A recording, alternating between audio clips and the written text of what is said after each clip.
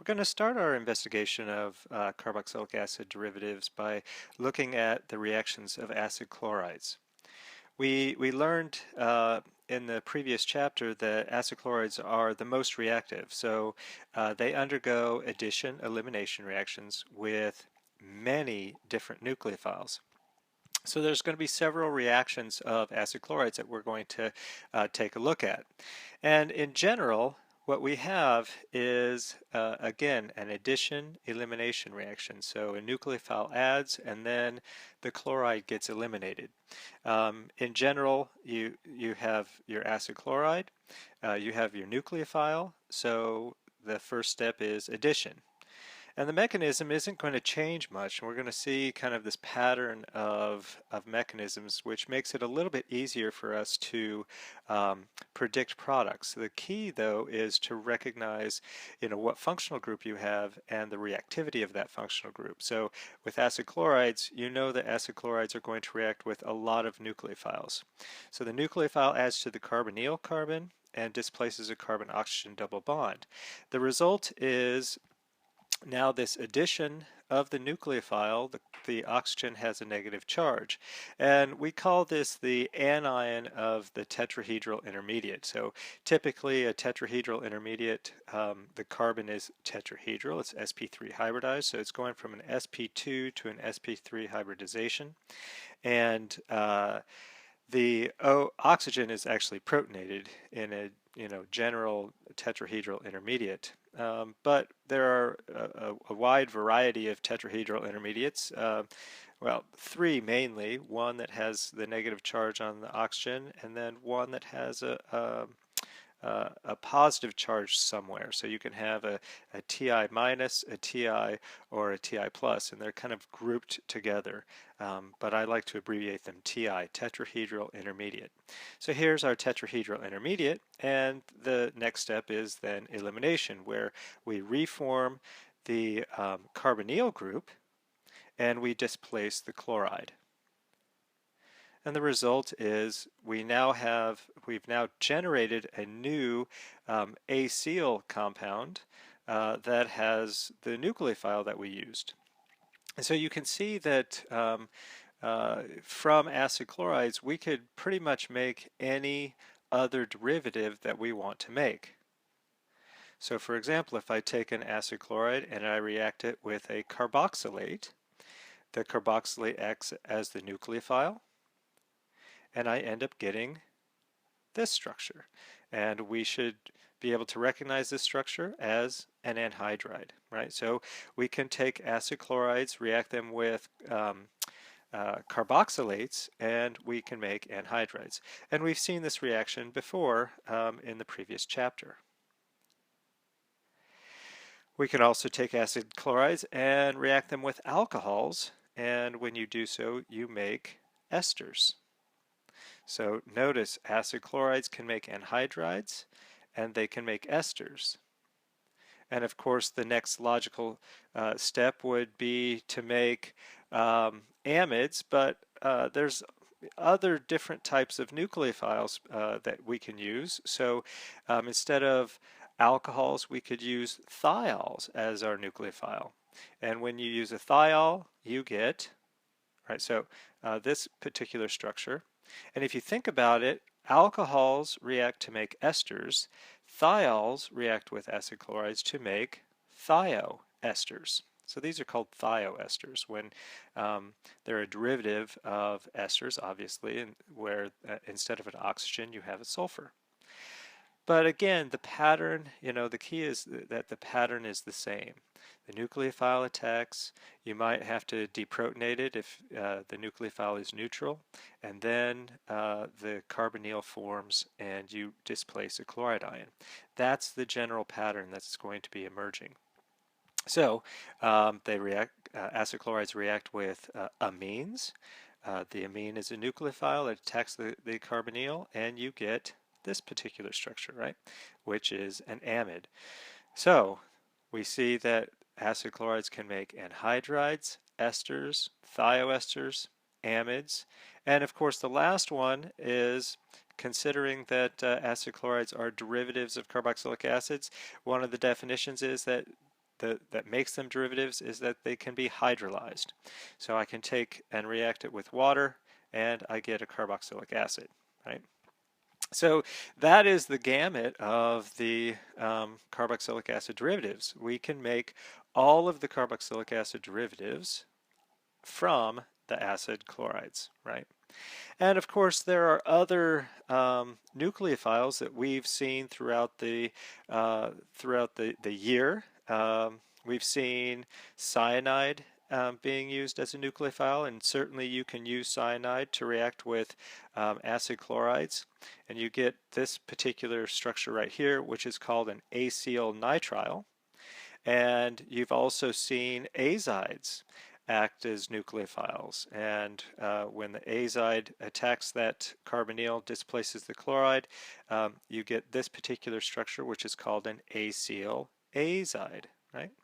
And you'll see that these two kind of used sporadically. It's not; these aren't something that are typically made, but you certainly can make them, and this just demonstrates kind of the versatility of acid chlorides, that you can react acid chlorides with a lot of different types of nucleophiles, and that's going to be the key to understanding this particular type of chemistry. So let's look at a few examples. Here I'm going to take benzoyl chloride, and I'm going to react it with an alcohol, so propanol.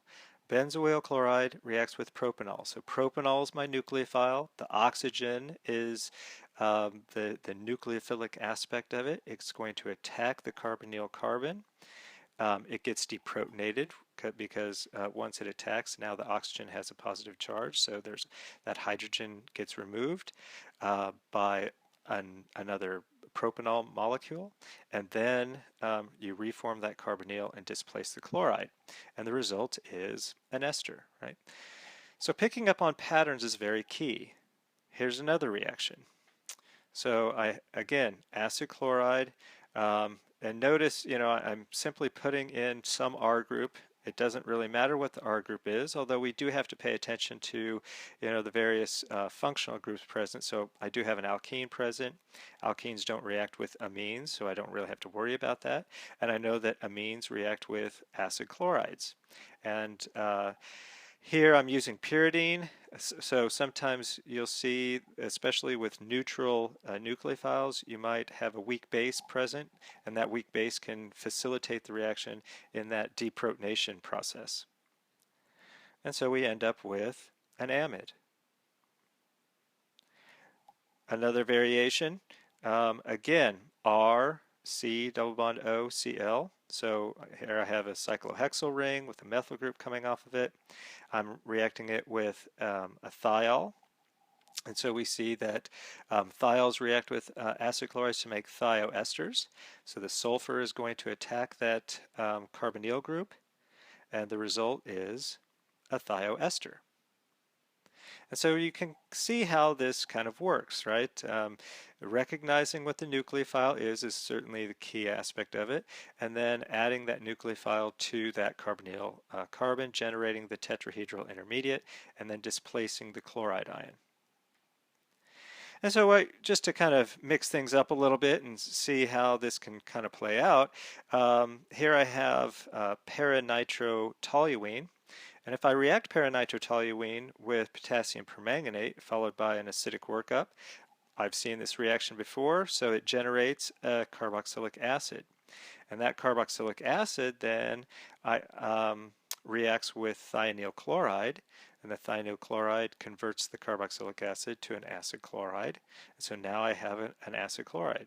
And one of the things that you might want to do is, I'm kind of describing what's going on here. You might want to, when you see a whole bunch of steps over one arrow, you might want to start drawing out the products just to kind of get used to, okay, this is what's going to happen. So at this stage, you should be able to kind of do things in your head a little bit, right? Understanding that the methyl group is going to be converted into a benzoic acid, and then that benzoic acid is going to be converted into benzoyl chloride, and now I'm reacting benzoyl chloride with sodium azide, and so the product is this. So I make an acyl azide.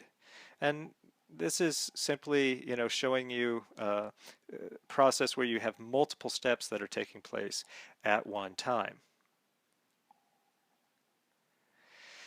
Now we're also going to see a pattern where we can take a derivative, carboxylic acid derivative, and see how it reacts with organometallics. So both organolithium and Grignard reagents, and then of course metal hydrides as well. And when acid chlorides react with organometallics, they produce alcohols. So a general reaction scheme is where you take an acid chloride and you react it, now notice, with two equivalents of the organometallic reagent.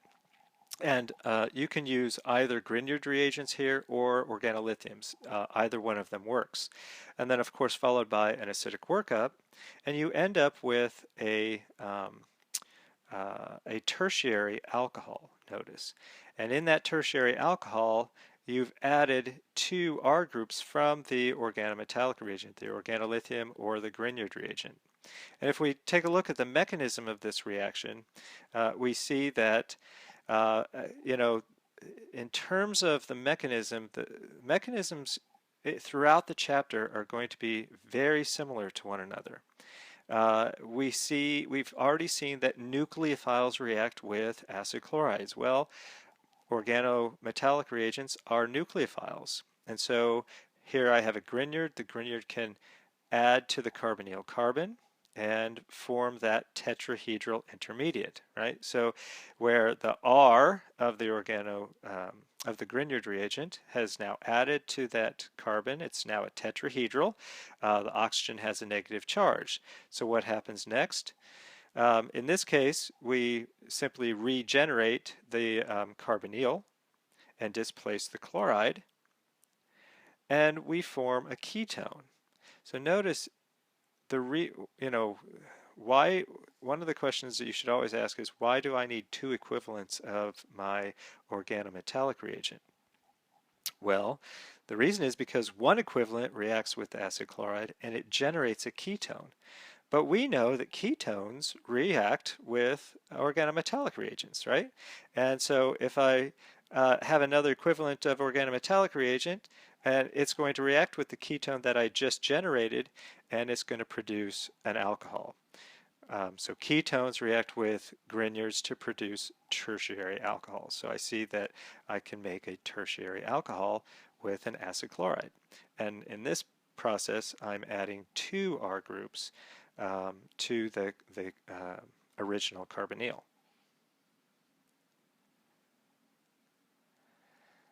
All right, so I said that acid chlorides react with organometallics, and they certainly can react with organolithium, Grignard reagents, but they'll also react with lithium aluminum hydride. They tend not to react very readily with sodium borohydride, although they can. Lithium aluminum hydride is kind of the reagent of choice. And when acid chlorides react with lithium aluminum chloride, the result is a primary alcohol, right? So essentially you're reducing that carbonyl all the way to an alcohol. And if we look at the mechanism of that, we're going to see some similarities, right? The aluminum hydride is the nucleophile.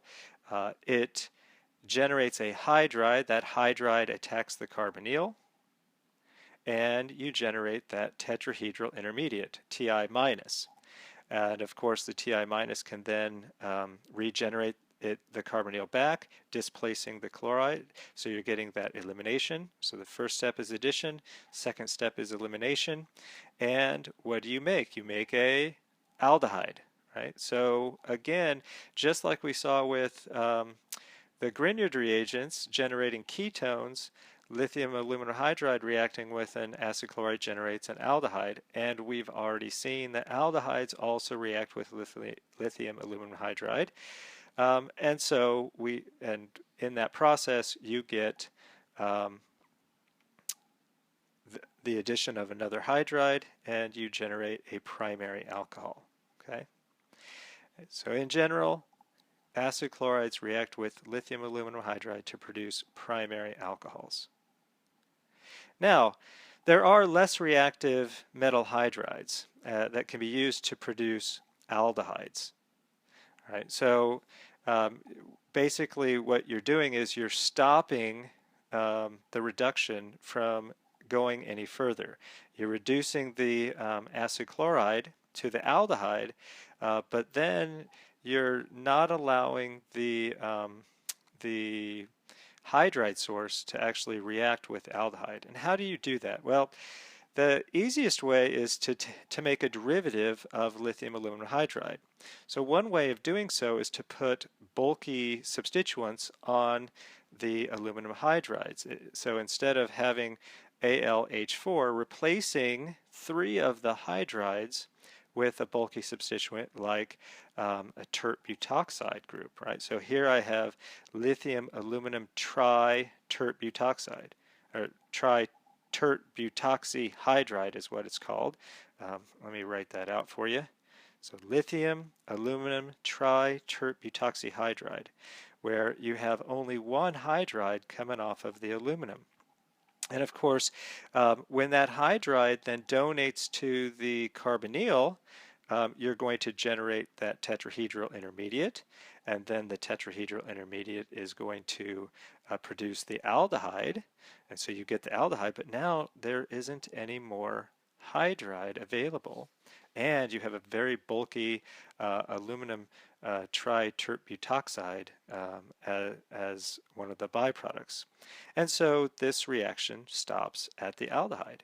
So there's one way that we can kind of control the reaction mechanism to stop at the aldehyde if we want to. So we can convert an acid halide, an acid chloride, to an aldehyde if we use the correct reagents. So let's look at an example of this. Right here I have an acid chloride. I'm reacting it with the lithium aluminum tri-tert butoxyhydride at minus 78 degrees, so very low temperatures. And this is followed by an aqueous workup. So what do I get from acid chlorides? I get aldehydes. And so the product looks like this. And there are other ways that we can actually make aldehydes from acid chlorides.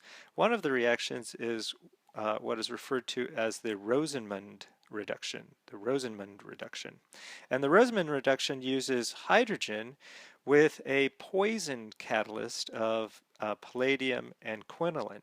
Now, this should sound somewhat familiar to you because the reagents are similar to those used in the Lindlar catalyst when reducing an alkyne, right? So we take an acid chloride, we react it with hydrogen over palladium with quinoline and barium sulfate, and we generate an aldehyde. So in this process, the hydrogen is not, it's poisoned, right? The catalyst poisons the hydrogen so that it cannot reduce that carbonyl. So the carbonyl is not reduced in this particular step. And that's very similar to the reduction of alkynes forming alkenes, and then the catalyst poisons the hydrogen in a sense so that it can't further reduce the alkene. So a very similar pattern in that process. So here we have an acid chloride reacting with hydrogen over palladium, barium sulfate, and quinoline. And sometimes you'll just see, poisoned palladium or a poisoned catalyst, kind of, to abbreviate everything. And when you see that poison catalyst or when you see quinoline, you're going to know that reduction is simply going to occur to produce the aldehyde, and then the aldehyde doesn't get reduced at all. All right? Now, another reaction of acid chlorides is the reaction of organocuprates. And the interesting thing about organocuprates is they will react with acid chlorides, but they won't react with the aldehyde whatsoever, right? So we can take, and they won't react with ketones either. So we can take an acid chloride, we can treat it with an organocuprate, and we can produce ketones this way. And so the ketone won't react with organocuprates. Remember, only organolithium reagents and Grignard reagents will react with ketones and aldehydes. Organocuprates don't react with aldehydes or ketones. So here's an example. If I take an acid chloride and I'm using dipropyl copper lithium, so the propyl group, PR is a propyl group. The propyl group, we have CH3, CH2, CH2, is going to add to the carbonyl, and then forming that tetrahedral intermediate, the carbonyl is reformed, kicking off the chloride, and I end up with this particular structure, right? So the ketone, and I've added the propyl group on one side of that carbonyl. Now, so this is one way of making ketones from acid chlorides, and of course we've already seen another way of making ketones from acid chlorides. Don't forget when we learned about making aromatic ketones from Friedel-Crafts acylation. Just to kind of give you a little bit of review of that, where you take benzene, you react it with an acid chloride in the presence of aluminum chloride, and you generate an aromatic ketone where a benzene ring is attached to the acyl group. And so here you see a snapshot of the reactions of acid chlorides, but these are certainly the ones that we're going to focus on, and you should understand that acid chlorides are used to for the most part used to make other carboxylic acid derivatives. They work very well in doing so. And then you see that they'll also react with other nucleophiles like organometallic reagents, lithium aluminum hydride, organocuprates, and of course we can try to reduce them with hydrogen as well.